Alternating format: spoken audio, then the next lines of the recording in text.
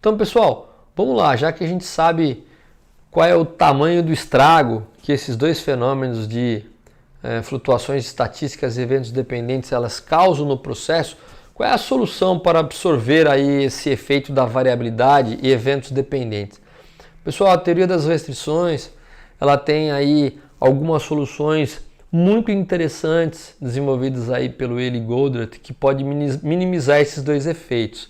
É realmente um conjunto de ferramentas importantes que ajudam a você transformar aí a gestão da produção. Eu em breve estou lançando aí um curso onde uma boa parte para que você possa realmente criar um valor significativo na sua empresa e poder explorar esse valor que você conseguiu através de promoção.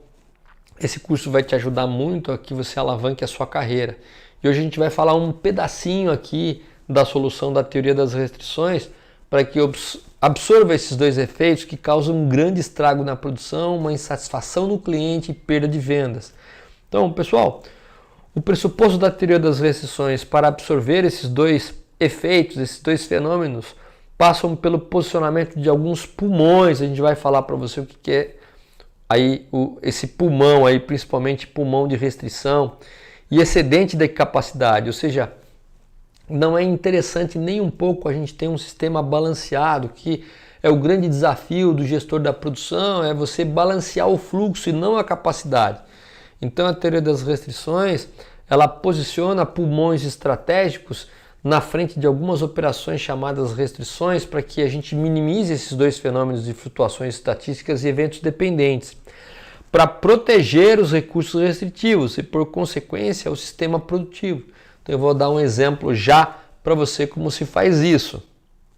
Então, vamos lá, pessoal. Você lembra que na situação anterior a gente tinha os três recursos balanceados. Cada um deles tinha uma produção em média de 10 peças por dia, mais ou menos 2.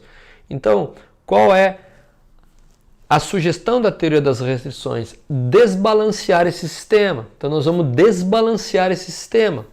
Qual é esse desbalanceamento, pessoal? Veja, nós vamos manter o recurso B com 10 peças por dia, mais ou menos 2. E nós vamos desbalancear o recurso A e B, o recurso A e C. Veja que de 10 foi para 12 mais ou menos 2 peças. O recurso C, 12 mais ou menos 2.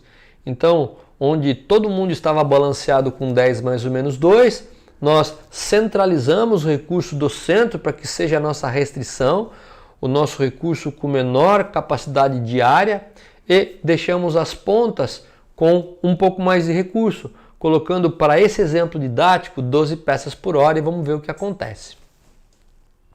Então, a mesma pergunta, já que nós desbalanceamos o sistema, só deixamos o recurso B com 10 mais ou menos 2, ao final de 10 dias o sistema terá produzido 100 peças, né? Ou seja, 10 peças em média por dia, vezes 10 dias, vamos ver qual é o resultado.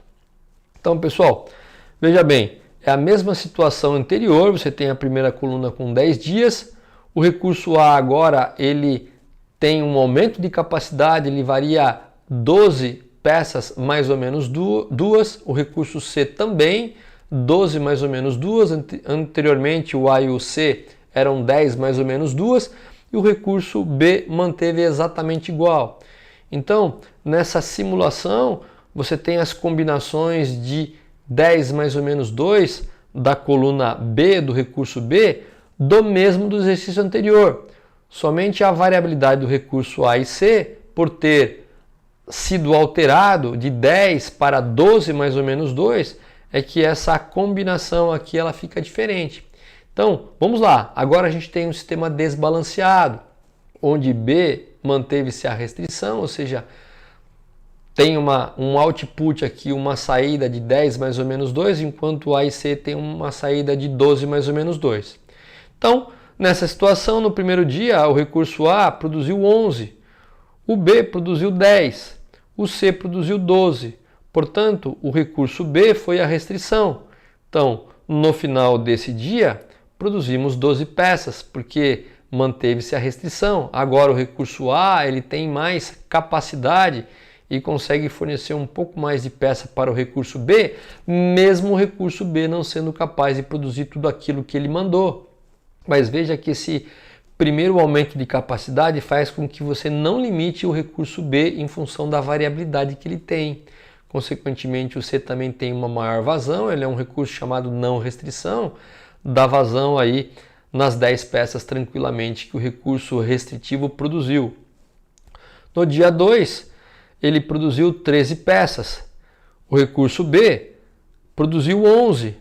Então, não falta peça. Aqui você tinha 13, aqui você tem 11. Você criou aqui 2 work in process, 2 inventários.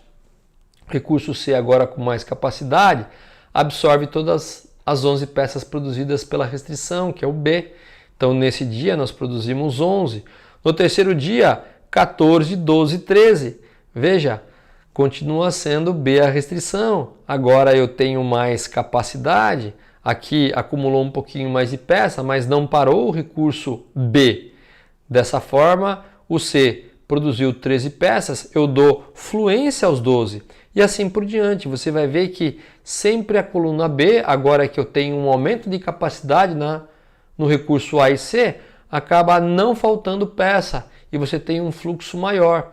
Sendo que basicamente a restrição do sistema é sempre o recurso B. Você vê que no primeiro dia nós produzimos 10, porque o recurso B produziu 10. No segundo dia produziu 11, porque o recurso B produziu 11. 12 porque produziu 12. 8, 8 e assim por diante. Então, no final das contas, cada recurso tem aí um pouco mais de produção em média, próximo de 12 na qual nós falamos. O recurso B continua sendo 10. E agora, no final do sistema, eu não tenho mais as 89 peças, eu tenho as 100 peças e uma média de 10 peças por dia, pelo fato de nós aumentarmos a capacidade de recursos não restritivos, mantendo um recurso simplesmente restritivo no centro do processo, aqui nesse exemplo específico.